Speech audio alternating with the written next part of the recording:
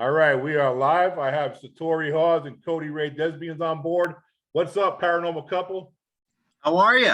Thanks for having us. Yeah, man. You guys are doing your thing out there, man. So I've been watching your careers blossom, and of course, Cody, you've been with TAPS for quite a while, and Satori, you're like the girl that everybody in the field grew up watching, like when you were a little tiny thing with your dad, and Yes. here you are, you know. So you know what? Just before to start off, just tell me what's the latest with you two? What's going on? I know you got a lot of stuff going on, so just kind of update everybody out there. What's the latest? Sure. Well, absolutely. So October is definitely our busy month for sure. Yeah. So a lot of library presentations, which we actually just came from one before this event. An object just moved. 1 second. Uh-oh, something's moving. So we're coming from, we're broadcasting live from the museum right now. So so you actually may hear some things moving around in the background. That's beautiful. Yeah, so October is definitely our busy month, a lot of presentations. And of course, the caseload has definitely been up. So pretty much every weekend we're dealing with some sort of private residence case. With the whole situation of the world, it's actually made things a bit different because, you know, we haven't been able to go physically to houses for a good amount of 2020. So working cases virtually has actually been something that has been interesting for sure, trying to work on cases without actually being there, but it has proven to be a success for the most part. It has. Sorry, I ran away. Something fell over there. I'm not sure what, but something fell travel over. section I over think there? so. Really? I'm not sure. Yeah, look, you know, I don't know if you guys seen the film The House in Between, but we love when things move for no reason. Oh, absolutely. I ran to it. I'm sorry. That's beautiful. No, I get it. Totally get it.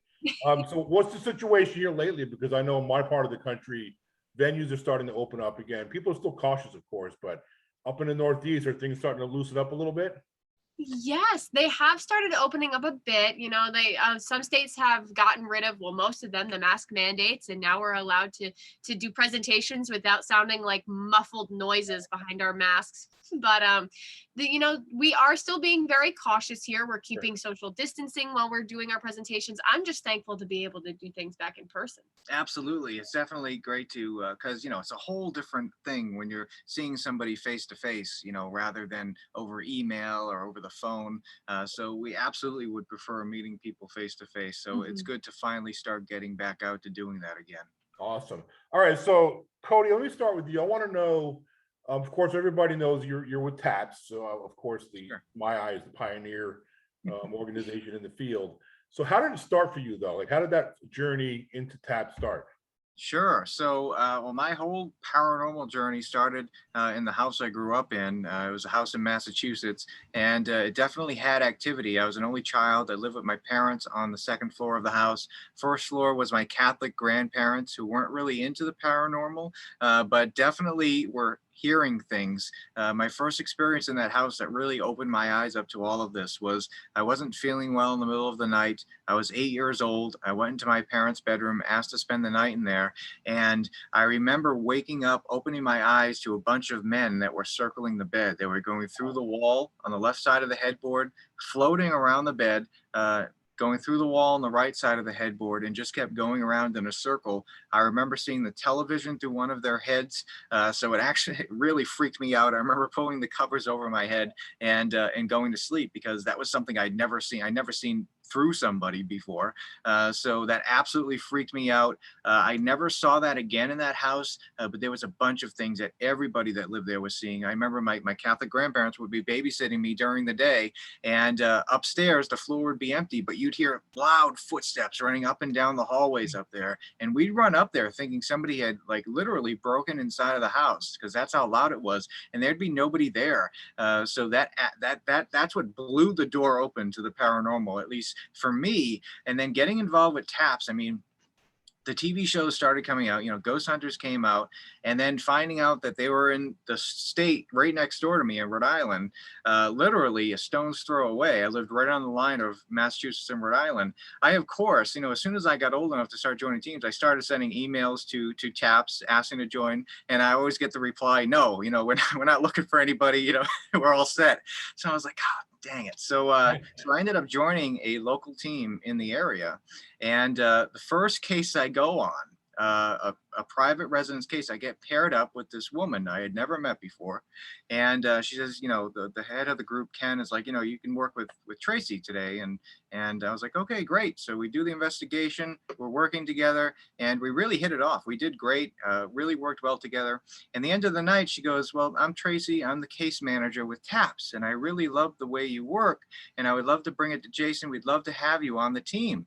And I was like, oh my God. I said, I think you're the one who said no to me like 5 years ago. So, so it ended up working out great. It's just amazing how you're at the right place at the right time, doors open and close when you least expect them. And that's how I got on the TAPS team. And then he met me. I know, and I was friends with her dad long before I was friends with her. So it's strange how that all worked out too. So That's a win-win for you, bud. You did good. I know, right? That's great. Okay, so Tori, I know who you are. Most of my viewers will probably know who you are, but there'll be some that might not. So tell us a little bit about you, who your dad is, and how you became the daughter of Jason to Satori, the investigator in the field. The daughter of Jason. Yes. So I was like, well, I mean biology. But I was born in the field. The paranormal was involved in my family before I was even a thought. My dad, Jason Hawes, founded TAPS, the Atlantic Paranormal Society, in about 1990. About 2004, a show called Ghost Hunters took off, and I'll be honest, I don't think anybody really thought it was going to take off as much as it did, but it blew open the door to modern and teams and investigating. And there were many greats that came before, like Ed and Lorraine Warren and things like that. But I think just seeing it on a platform, a television platform, everybody was viewing, it made people want to talk about the paranormal more. It made such a touchy subject become something that everybody wanted to figure out and talk about. So I grew up in this setting. I saw my dad go to work every day, and I knew he was helping people. At the time, being very young, I didn't really know how, but I just knew he was helping people. I thought he was like a superhero. So I wanted to be exactly like him. I decided I was going to dedicate my entire life to the paranormal when I was old enough to understand it and even hold a flashlight. I was trying to investigate. So the paranormal has been involved in my family for my entire life. And then I met this knucklehead, and now I'm stuck with him, and we have a crazy museum full of objects. Yeah, that move by themselves on podcasts sometimes. Apparently so. Something fell over. I'm not sure what it was. So I'm guessing it's important to you to carve out your own thing in this field too. Yeah. I'm guessing a lot of times, oh, it's the daughter of Jason Hawes, but that's got to get old, even though you love your pops, of course. But you're doing your own thing, which I think is great. We both of you all are. So talk a little bit about the importance of carving your own path. Yes. So a lot of people, as soon as they hear Hawes as my last name, a lot of them instantly mention my dad. And yes, I'm the only reason, I guess the main reason that pushed me into this field was the fact that I was born inside of this field. But he always taught me at a very young age that I should definitely carve a way for myself. Don't just, try to use something and be like, okay, this is my involvement in the paranormal. I'm not going to do anything else. He always encouraged us to do our own thing, whether it's just like him or not. I may be more metaphysical than he is. He's more data-based and logical and wants to find the answers. And I'm more spiritual, I guess. So it's my way that I've carved into the field. What about you? The importance? Well, I don't have a famous TV paranormal dad. So I can kind of do whatever the heck I want, I guess, and be okay with it. Yeah. But yeah, definitely, I've seen that, definitely with Satori and the things that we're trying to do. We're just trying to, keep doing what we love to do, and at the same time, make sure that the people that view what we do have a good time viewing it and are at least entertained by it, but at the same time still sticking to the core foundation that Satori's dad built with helping people. I mean, that usually always comes first with everything that we do, and that's something I think that we can leave in without straying away from that. Everybody sees Jason. Everybody's like, Satori's dad, Jason Hawes, and I'm like, that's just dad. So when everybody says things like that, and they're like, well, Satori's dad did this and that, I'm like, that's just my dad. Yeah, it's just so normal for me. Absolutely. So talk about how it is to work as a couple. You guys met through the field, of course, and TAPS, but working as a couple, though, I mean, talk a little bit more about that. Well, it's definitely been, so I was investigating probably for about, I want to say 5 years before I started working with Satori and before I even met Satori.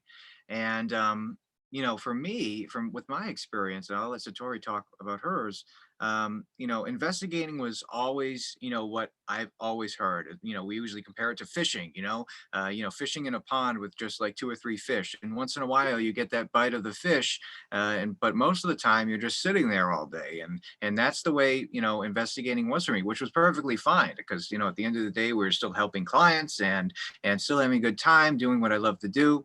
But when I met Satori and we started working together, right away we were paired up to be a team on the team and work together. And right away things started happening that I had never experienced before. And I think, the human living energy has a huge effect on the amount of paranormal activity we get. Think of it, if you're in a party and you walk into a party and you can feel, okay, maybe that group of people is a little off and I want to stay to this side of the room. That little intuition that everybody has, I think has a big effect on the amount of activity you get. And I think once in a while, you meet another energy that fits together like a puzzle piece and turns that level of energy up a bit. And I think that's what happened in this case. And we just started noticing that activity was happening a bit more than usual when we worked alone. Whenever we worked alone, not much would happen. We worked together and things started happening. And with Satori being the more metaphysical type and spiritual type, and me being the more tech and fact-based type, we definitely balanced each other off and would always meet in the middle, and create something that was really, really cool and find the answer to whatever was going on just a bit quicker. Good way to put it. Yeah. And so, Tori, did you feel you had some of these gifts per se growing up? Did you feel that connection there? I've always felt a little more in tune with the paranormal, but I will full-heartedly admit that the only time that we seem to have some sort of spiritual connection is when we are together. It's something that the world will probably figure out more soon because we are starting to come out more about it. Yeah. But there is some sort of connection, and it's when we're together. Yeah, I mean it's extremely strange, and something that I never seen before, and something we're still trying to learn how it works. I mean, in the paranormal field, whenever you answer one question, it seems like 100 more questions pop up, and you know that just as well as I do. As soon as you think you're getting close to the answer, boom, 100 more questions pop up, Yeah. and that's what it seems like. What it's like in this situation, which is okay. I don't think we'll ever figure out how it's working or why it's working, but as long as it's working, I guess that's all that matters to I us. think the human brain plays a big part in how all of this works. Somehow, Yeah. there's something in the brain we haven't really figured out yet, but I think Yeah. that there's a big key. Energy is I agree. energy key. I agree. I've seen it enough times where certain people trigger activity Hmm. more so than others. So I definitely think there's something to that. All right, so let's talk about the Haunting Museum because this is intriguing Sure. to me. Hmm. I think it's a great concept too, what you guys are doing. So tell all the listeners and the viewers out there what you guys got going on with that. Yes. So Cody and I are the owners of a haunted museum. We collected hundreds of objects now and growing every week from all around the world, different cases where we've investigated where people have felt terrified in their own homes or with these items, objects that were involved in different tribes and ceremonies and different spiritual practices. Maybe people weren't really understanding what they were dabbling in. We have a little bit of everything. We are not the only museum out there. We're not the first or the last collectors that are going to be out there, and we're not trying to be the best. We've just been dubbed the name foster home for paranormal objects because we take these items into our home to research them, give them a place where they are respected and at peace. And we always offer anybody that gives us their object that they can take it back. We're not trying to keep it from you. We're not going to tell you it's too dangerous for you to handle. We're just going to make sure that it's safe for you, at least until you want it back. Yeah, so the museum, yeah, like Satori said, is growing every single day. And when our social media presence bumped up a bit during the whole pandemic, it really started to gain popularity for some reason. That's what people really drew on to, was the haunted object thing. It seems like people are really interested in that stuff right now. And the whole museum idea, the whole collection idea, kind of started by accident. It's always been intriguing to me.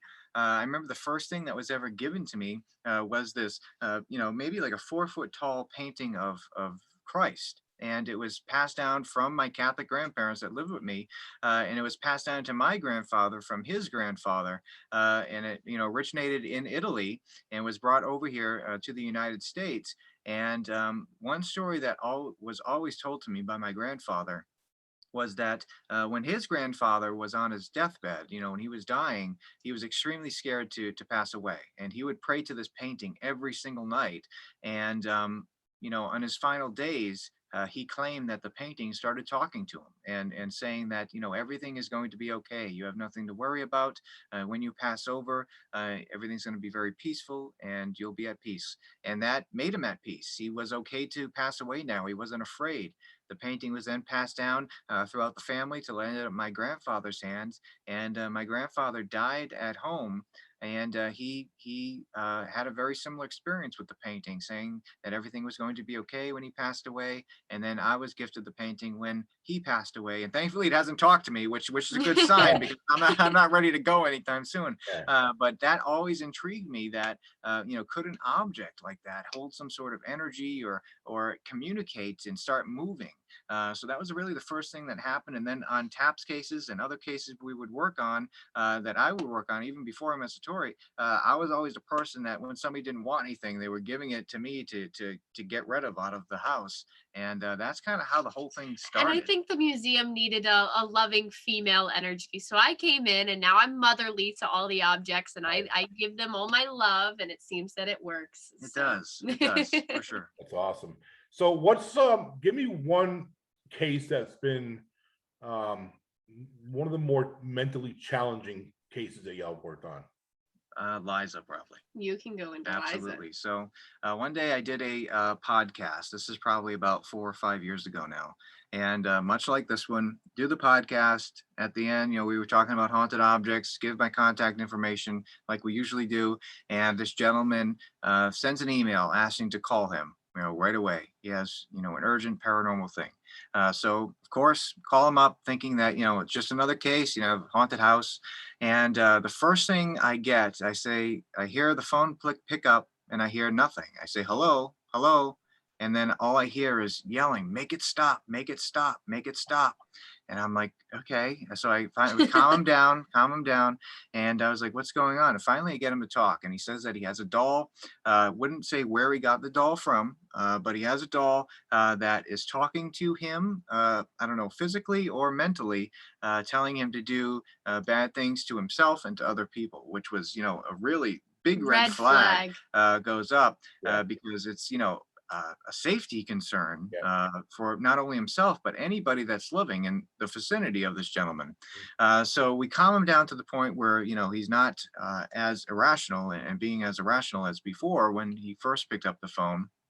And we start working the case. And, thankfully being with TAPS, we've made some amazing connections. And our index of people that we can contact when we have a problem is, so helpful to us. So we have psychologists on this list that we can call, and we connected him with one of our friends who does this, is a psychologist, and was able to give him a preliminary, questionnaire to see how he's doing mentally. And she said he checked out. She said that, everything seemed normal about him, just like you and I, but he was going through a really traumatic time right now, like any one of us would do when we experience a death in the family or something really big happens to us where we're just really pumped up. So that's what he was going through right now, which kind of assured us that, okay, this guy's, might be normal and he's going through something right now. So we ended up meeting up with him at a public location, and he obviously didn't want to live with this doll anymore. And one of the questions we asked was, if this doll was giving you so much trouble, how come you didn't try getting rid of it? Now, we never promote destroying objects or anything like that, because we found that sometimes it can make the case worse. But we asked him, if this is giving you that much trouble, how come you didn't throw it out or get rid of it? And he goes, I did. I tried on multiple occasions. And the last time I tried getting rid of it, I threw it in the complex dumpster, because he lived in an apartment building. He threw it in the complex dumpster, and the trash man had found it and took it out of the dumpster and placed it on the front porch and cleaned it all off so I could find it. And literally right outside of his door that he walked out of, he finds the doll again, which freaked him out even more. So now he didn't want this thing.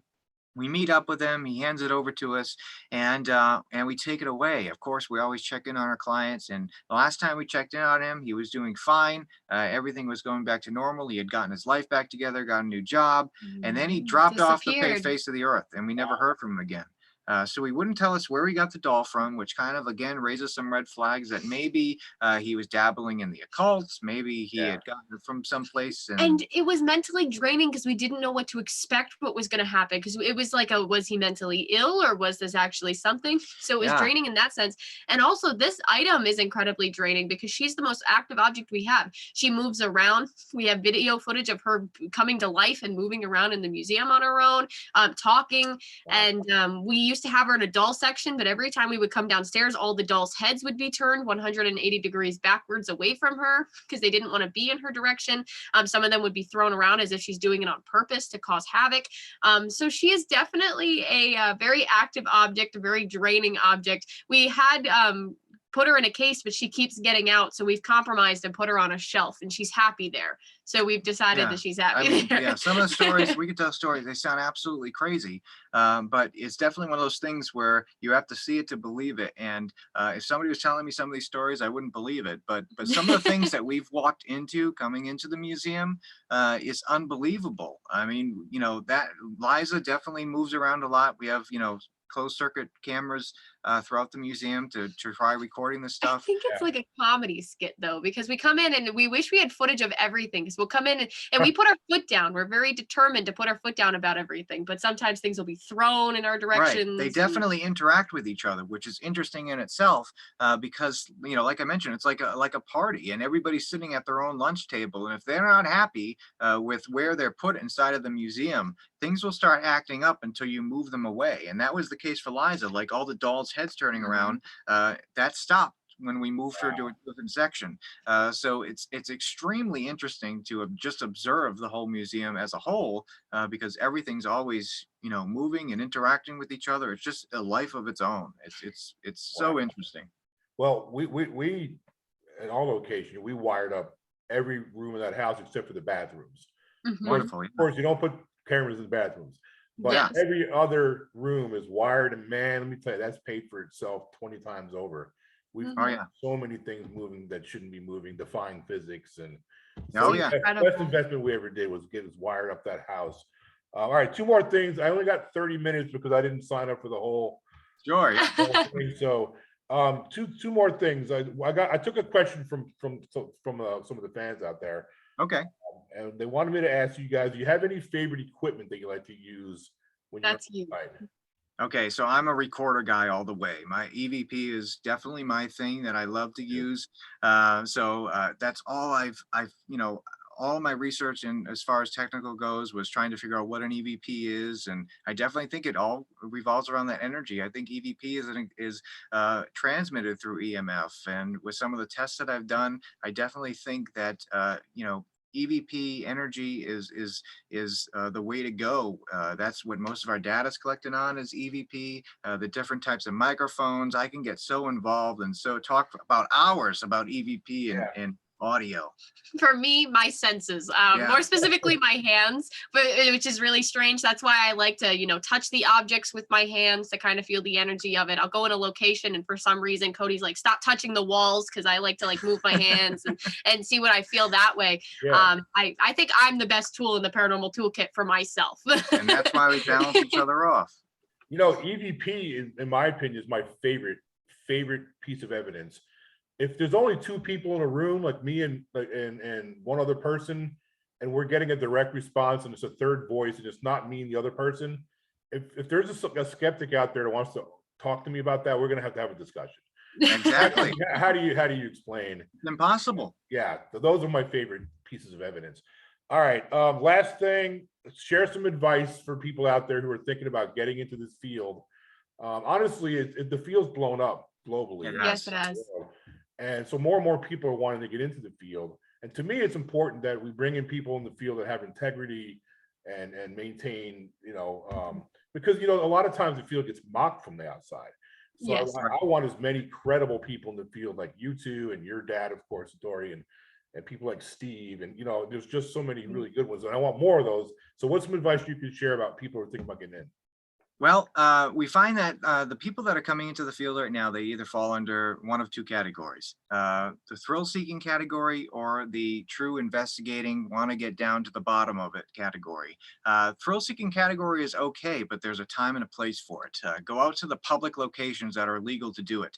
Do it there, but don't go into the private home because these are living people that are going through some serious stuff right now. And to just go in looking to get an experience and get, scared, that's absolutely the wrong place to do it. So definitely know the right place to go thrill seek, spirit investigating and stuff like that. If you want to get into it, fully for the research and to help people, join a local team that's already established, that has all the equipment already, so you don't have to spend thousands of dollars. They already are established and know what they're doing. Try joining a team because there's literally hundreds of them out there right now, and learn from people that are already going and have something going for them, that already have the caseload and everything. And that's probably the best way to get involved, in my opinion. My advice is definitely be open to everything. Try to find the answers to everything, but be open to any possibility, because nobody has all the answers. And know what you're getting yourself into, because some people go into this just looking for fun, and then they actually end up finding the paranormal and they scared out of their mind. So know what you're getting yourself into. Yeah, and Careful we're all what you wish for. too. Yes. Yeah. No, Yeah, exactly. All right, last thing. Tell everybody out there where they can follow you guys on social media, how they can contact if they're interested in the museum and things like that. Sure. So probably the first place is our website, paranormalcouple.com, or theparanormalcouple.com, at least the same place. And if you're interested in the museum, there's a museum tab. The events tab also has all of our events coming up. So the museum is currently a traveling exhibit right now. We go to different haunted locations and conventions. So you can come and tour about 150 objects from the museum that we bring on the road with us, and read their stories and their history and meet us. until we can get a set location. And yeah, and probably in about 3 years we'll have a set location. So traveling is just temporary right now. And then if you want to contact us, I mean, Facebook is our big thing right now. We always go live from there. So the Facebook page is Paranormal Couples Haunted Museum, and that's a really good place to get a hold of us. But we're very, down to earth and open people. So if you ever have any questions, if you are getting into this, feel free to send us a message and contact us on anything. Anything that you can find us on, send us a message, and we'd be happy to help you out if we can. Well, you guys have been awesome. Really appreciate you doing this show. And I want you guys to come back soon when we get some more stuff to talk about. I'd love to have you guys come back. Absolutely. Awesome. It's a pleasure. Thank you so Thank you much. so much. Absolutely. Okay, we are off the record. Appreciate Beautiful. that. That was a lot of fun. That was Thank great. you. I'm going to stream this. I'm going to put it on my YouTube channel too. I'll get the video up tonight, and then if I have enough time, I'll do the audio too. But if not, tomorrow I'll stream it everywhere on all the other platforms. Wow. Perfect. That sounds great. Thank you so much. Also, love to have you guys come down to the house in between at some point. And, We'd love to. because I think having you two in there with some of your objects, some of your could trigger some things too. Not that we need a lot of triggering in there, because that house is extremely active. I mean, I'm not being biased because it's one of it's my location, but it is. Yeah. Oh yeah. No, I've heard. I've heard. We'd be interested. It sounds like it. Oh yeah. Steve's told me some pretty interesting stories about it. So yeah, absolutely. We'd And love to. if you sell Steve, you know you're onto something, because he's. Oh yeah. That's true. Yeah, exactly. Well, I love Steve, man. He's a great guy. But you guys, I thank you so much, man. And all right. Thank you so much. Just share when I get the links out. Just share them everywhere. Absolutely. We'd love to. Yep. Thanks, y'all. Appreciate it. Good Thank night. you. Night.